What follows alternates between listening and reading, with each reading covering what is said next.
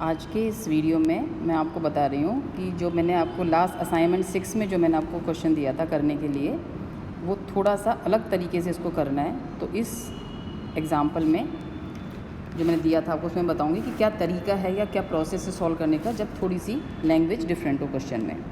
तो जैसे इस एग्जांपल में हमको जो स्टेटमेंट ऑफ फाइनेंशियल पोजीशन दे रखी है, इसमें statement of affairs for creditors यानी लेनदारों का जो पैसा अपना उधार है उसका स्टेटमेंट हमको दे रखा है। ये बैलेंस शीट के फॉर्म में नहीं है। तो इस सूचना से हम एग्जैक्ट हमें नहीं पता चल रहा है कि एक्चुअल डेफिशिएंसी कंपनी की कितनी है, जिसके लिए हमको कैपिटल रिडक्शन की योजना बनानी है या जिसको हमको इम्प्लीमेंट करना है।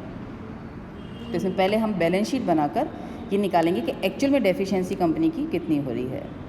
तो बैलेंस शीट बनाने के लिए हम यहाँ पे लायबिलिटीज़ और एसेट शो करेंगे। लायबिलिटीज़ में हमारी शेयर कैपिटल आ जाएगी 60,000 equity shares at the rate of 60 each. इसमें 30 पेड अप है तो अमाउंट अपनी आ जाएगी 18 लाख रुपीज़। फर्स्ट डिवेंचर है हमारे 30 लाख रुपीज़ के, सेकंड डिवेंचर हैं 60 लाख रुपीज़ के, अनसिक्योर्ड क्रेडिटर्स हैं 45 लाख। तो टोटल हमारा आ जाएगा 1,53 lakh. Asset side fix assets में प्रॉपर्टी, मशीनरी एंड प्लांट की कॉस्ट दिखाएंगे। मार्केट प्राइस नहीं शो करनी है हमको बैलेंस शीट में। बैलेंस शीट में हमारी कॉस्ट ही आती है, तो कॉस्ट यहाँ पर आ जाएगी 39 लाख। कैश इन हैंड दे रखा है हमें 27 लाख। तो जो बैलेंसिंग फिगर है 87 लाख, ये हमारी आ जाएगी डेफिशिएंसी। एक्चुअल में जो डेफिशिएंसी हो रही है कंपनी को, वो हमें हो रही है 87 लाख रुपीज़ की। तो पहले हम ऐसे बैलेंस शीट बना के वर्किंग नोट में हम निकालेंगे कितनी एक्चुअल डेफिशिएंसी है। अब हम क्वेश्चन देखें तो क्वेश्चन में हमें ऐसे कह रखा है कि इसमें ए के पास एक डिवेंचर होल्डर है जिसके पास 30 लाख रुपए के फर्स्ट डिवेंचर हैं, 30 लाख रुपए के सेकंड डिवेंचर हैं और इसने 9 लाख रुपए कंपनी को उधार भी दे रखे हैं, जिसके लिए ये हमारा अनसिक्योर्ड क्रेडिटर है। ऐसे ही बी एक व्यक्ति है जिसके पास 30 लाख रुपए के सेकंड डिवेंचर हैं और इसने भी कंपनी को 6 लाख रुपए उधार दे रखे हैं, जिसके लिए ये हमारा अनसिक्योर्ड क्रेडिटर्स में शामिल है। हमने जो योजना बनाई है उसमें हमने जो भुगतान किया है उसमें, तो जब भी हम यहाँ पे भुगतान करेंगे तो डिबेंचर्स को जब भी भुगतान किया जाता है तो पहले हमारी एंट्री बनती है debenture account debit to debenture holder. पहले हम होल्डर में ट्रांसफ़र करते हैं, डिबेंचर होल्डर में ट्रांसफ़र करने के बाद उन्हें पेमेंट किया जाता है। तो debenture holder account debit to जो भी पेमेंट में दिया गया है, डिबेंचर, शेयर कैपिटल, कैश या बैंक जो भी दिया गया, वो अपनी सेकेंड एंट्री बनती है। क्रेडिटर्स को हम डायरेक्ट पेमेंट की एंट्री करते हैं। तो इस एंट्री में चूंकि ए और बी दो डिबेंचर होल्डर के नाम हमें पता है, तो पहले उनकी क्लेम को हम ए के क्लेम को पहले ए के नाम से ट्रांसफ़र करेंगे डिबेंचर्स को, बी को बी के नाम से ट्रांसफ़र करेंगे, उसके बाद उन्हें भुगतान किया जाएगा। तो यहाँ पे हम जो भुगतान की एंट्री करेंगी, इसमें भुगतान के लिए ए जो है वो अपने समस्त दावों के कुल ऋण का इतना रद्द कर देगा, 3 लाख रुपये हमें और उधार देगा और बदले में हमसे 51 लाख रुपए के नए डिबेंचर, नए प्रथम ऋण पत्र लेगा। बी अपने समस्त दावों के लिए 9 लाख रुपये नकद स्वीकार करेगा और असुरक्षित लेनदारों अपने दावे के प्रत्येक 60 रुपये के लिए 1 रुपये में 75 पैसे की दर से 7 रुपये 7.5 वाले 4 समतांश स्वीकार करते हैं। शेष 25 पैसे प्रति रुपया यानी 25% के भुगतान के लिए वो स्थगित कर देते हैं, जिसका भुगतान हमें बाद में करना है 3 वर्ष बाद, जिसको अपन बैलेंस शीट में दिखाएंगे, जो कोई भुगतान हमको अभी नहीं करना है। तब देखिए अब इसकी जनरल एंट्रीज किस तरह से की जाएंगी। तो सबसे पहले हम ए का यहाँ पे दावा निकालेंगे। तो हमारी एंट्री बन जाएगी first debenture account debit 30 lakh रुपए, सेकंड डिबेंचर अकाउंट डेबिट ये भी 30 लाख रुपए टू ए, क्योंकि यहाँ पे डिबेंचर होल्डर का नाम हमें पता है, तो टू एज अकाउंट। तो 30 लाख के हमारे आ जाएंगे फर्स्ट डिबेंचर, 30 लाख के हमारे आ जाएंगे सेकंड डिबेंचर और टोटल हमारा आ जाएगा 60 लाख रुपीज़ का। इसके अलावा ये हमें जब भुगतान के समय ये 21 लाख रद्द कर रहा है, 3 लाख रुपए का हमें और उधार दे रहा है। तो उधार जब हमें मिलेगा तो उसकी जो एंट्री बनेगी, इसमें स्पष्ट सूचना नहीं है कि उधार हमें कैश में दिया गया है या चेक के फॉर्म में दिया गया है। तो यदि सूचना हो तो कैश ऑब्लिक बैंक, हम एंट्री में कुछ भी दिखा सकते हैं, cash oblique bank account debit to A account. इसने हमें 3 लाख रुपए और उधार दिए हैं हमने। तो टोटल जो ए का क्लेम बनेगा उसमें उसके पास 60 लाख रुपए के डिबेंचर्स हैं, 9 लाख रुपए के उसने पहले ही हमें उधार दे रखा है जो हमारा अनसिक्योर क्रेडिटर्स में शामिल है, प्लस 3 लाख उसने हमको अभी वापस से उधार दिए हैं। तो टोटल उसका जो क्लेम बनता है वो बनता है 72 लाख रुपीज़ का। टोटल क्लेम हमारा बन रहा है यहाँ पर 72 लाख,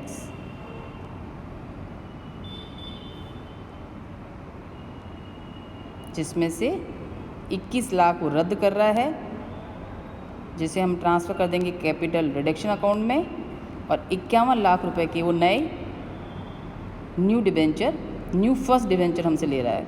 हमारी एंट्री बन जाएगी as account debit to new first debenture, जो हम भुगतान में दे रहे हैं उसको, new first debenture account, and to claim इसका 72 लाख रुपए का है, ये हम आ जाएगा 51 लाख, और बाकी जो 21 लाख में चले जाएंगे हमारे टू कैपिटल रिडक्शन अकाउंट, जिसके भुगतान को इसने रद्द कर दिया है या इसने त्याग कर दिया है, 21 lakh rupees.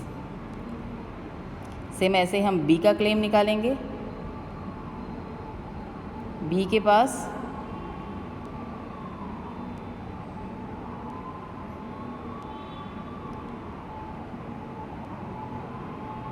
Second debenture account debit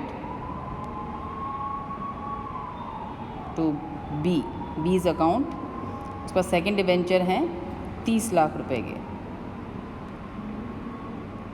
तो हम ये डिबेंचर के अमाउंट ड्यू कर देंगे, second debenture account debit to B account. B ने भुगतान में 9 लाख रुपए का कैश लेना स्वीकार किया है। तो बी का दावा कितना था? बी का जो टोटल क्लेम है उसमें 30 लाख रुपए के उसके सेकेंड डिबेंचर हैं और 6 लाख रुपए उसने उधार दे रखा है जो अनसिक्योर्ड क्रेडिटर्स में शामिल हैं। टोटल 36 लाख रुपीज़ का उसका क्लेम बनता है, जिसके बदले में उसने सिर्फ 9 लाख रुपए नकद लेना स्वीकार किया है। तो इसकी हमारी एंट्री बन जाएगी B's account debit, B's account debit to cash. इसने कैश लिया है 9 लाख रुपए और बाकी जो बची हुई अमाउंट है उसका इसने त्याग कर दिया। इसको हम ट्रांसफ़र कर देंगे टू कैपिटल रिडक्शन अकाउंट में, to capital reduction account 27 lakh रुपए।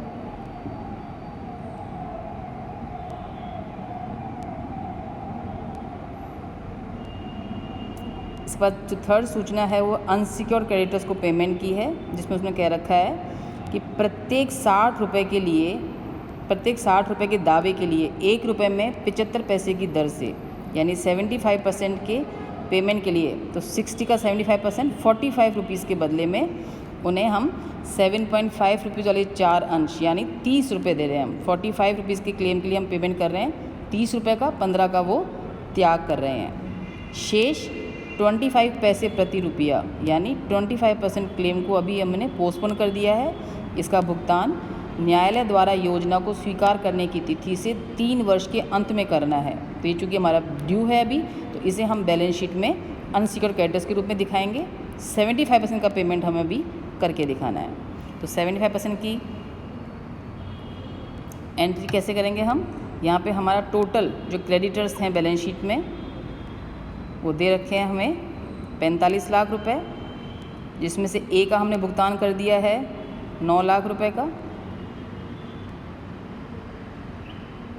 ए के जो क्रेडिटर्स थे उनको हमने चुका दिए 9 लाख रुपए। ऐसे ही हमने बी के भी चुका दिए हैं 6 लाख रुपए। तो टोटल जो अनसिक्योर्ड क्रेडिटर्स रिमेनिंग हमारे बचे हैं वो बचते हैं 30 लाख रुपए।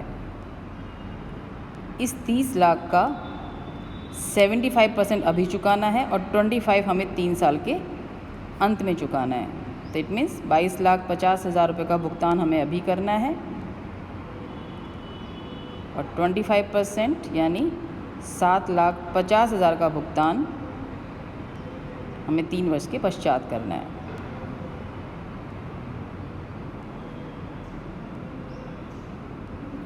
इस 22,50,000 में हम क्लेम को 60 रुपये का एक बेस मानते हुए 60 रुपये के क्लेम का मतलब टोटल जो क्लेम है 30 लाख का, उसको 60 का बेस मानते हुए 75% यानी 60 का 75% 45 रुपीज़ का पेमेंट अभी करना है और 15 का पेमेंट हमें बाद में करना है। इस 45 रुपीज़ के बदले में हम क्या दे रहे हैं उन्हें 7.5 रुपीज़ वाले 4 इक्विटी शेयर्स यानी 30 रुपये का हम भुगतान कर रहे हैं और बाकी जो 15 रुपये हैं वो हमारा त्याग कर दिया है इन्होंने, तो वो हमारा ट्रांसफ़र हो जाएगा कैपिटल रिडक्शन अकाउंट में। यानी टोटल 22,50,000 को हम 30:15 की रेशो में बांट देंगे। 30:15 के अनुपात में बांट के दिखाएंगे, जिसमें 30 का जो हिस्सा होगा उसके बदले में हमने शेयर कैपिटल दी है और 15 का जो हिस्सा होगा उसका उन्होंने त्याग कर दिया है। तो हम निकाल लेंगे 22,50,000 इंटू 30/45। ये तो वो हिस्सा है जिसके बदले में शेयर कैपिटल दी गई है, और इंटू 15/45 ये वो है जिसका त्याग कर दिया गया है। तो भुगतान की राशि आ जाएगी हमारी 15 लाख रुपए और त्याग की राशि आ जाएगी हमारी 7,50,000 रुपये। भुगतान शेयर के फॉर्म में किया गया है और त्याग को हम ट्रांसफ़र कर देंगे कैपिटल रिडक्शन में। तो एंट्री हमारी बन जाएगी sundry unsecured creditors account debit, creditors account debit to equity share capital जो उन्हें भुगतान किया गया है और टू कैपिटल रिडक्शन अकाउंट जिसका त्याग कर दिया उन्होंने। तो टोटल क्लेम है हमारा 22,50,000, 15 लाख आ जाएंगे इक्विटी शेयर कैपिटल और 7,50,000 आ जाएगा हमारा कैपिटल रिडक्शन।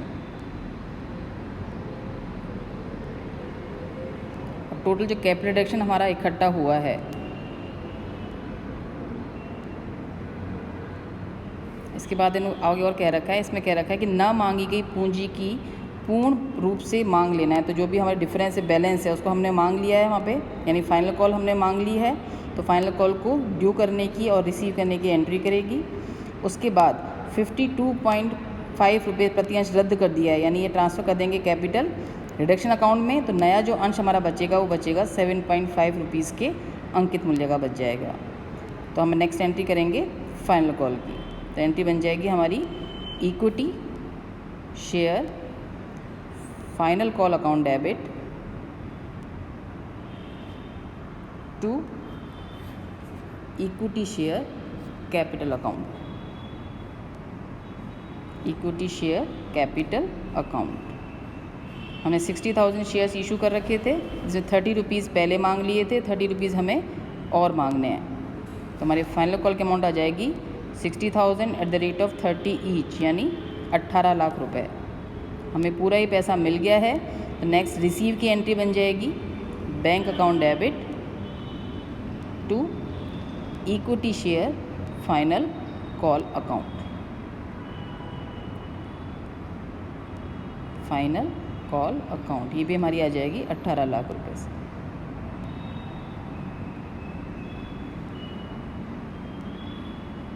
अब शेयर्स हमारा 60 रुपये फुली पेडअप हो गया है, जिसमें से उन्होंने 52.5 का त्याग कर दिया है और नया शेयर 7.5 का है। तो चूँकि अंकित मूल्य चेंज हो गया है तो एंट्री बन जाएगी हमारी ₹60 इक्विटी शेयर कैपिटल, यानी old denomination to new denomination. तो ओल्ड डिनोमिनेशन है अपना ₹60 equity share capital account debit to new denomination है अपना ₹7.5। नया अंश कितने रुपये का है हमारा 7.5 equity share capital account.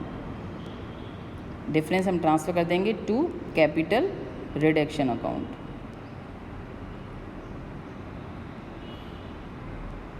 Amount आ जाएगी हमारी, कैपिटल है हमारी 36 लाख रुपए की, 36 लैक्स, जिसमें हमने हमारा बचा है सिर्फ 4,50,000 और त्याग हमने कर दिया है 31,50,000। कैपिटल रिडक्शन का जो टोटल बैलेंस हमारे पास इकट्ठा हुआ है वो हमारे पास हो गया है, डिबेंचर होल्डर ए ने त्याग किया था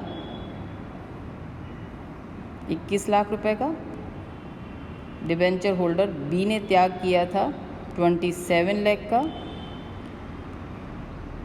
क्रेडिटर्स ने त्याग किया था 7,50,000 का और इक्विटी शेयर होल्डर ने त्याग किया है 31,50,000 का। तो टोटल अमाउंट हमारी हो गई है 87 लैक्स। 87 लैक्स को हम अपने लॉस को राइट ऑफ करने के काम में लेंगे। तो नेक्स्ट हमारी जो एंट्री है वो बन जाएगी capital reduction account debit to statement of P&L। Loss था हमारा जो हमने बैलेंस शीट बनाई थी, बैलेंस शीट में गिरा रहा था हमारा 87 लाख रुपीज़ का। तो 87 लाख की डेफिशिएंसी में राइट ऑफ करनी है, तो to statement of P&L loss हम राइट ऑफ कर देंगे 87 लाख का।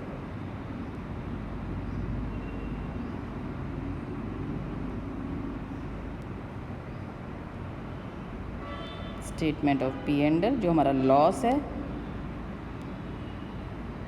87 लैक्स, ये हमने राइट ऑफ कर दिया है। कोई बैलेंस हमारा बचा नहीं है तो हमें कैपिटल रिजर्व में कुछ भी ट्रांसफ़र नहीं करना है।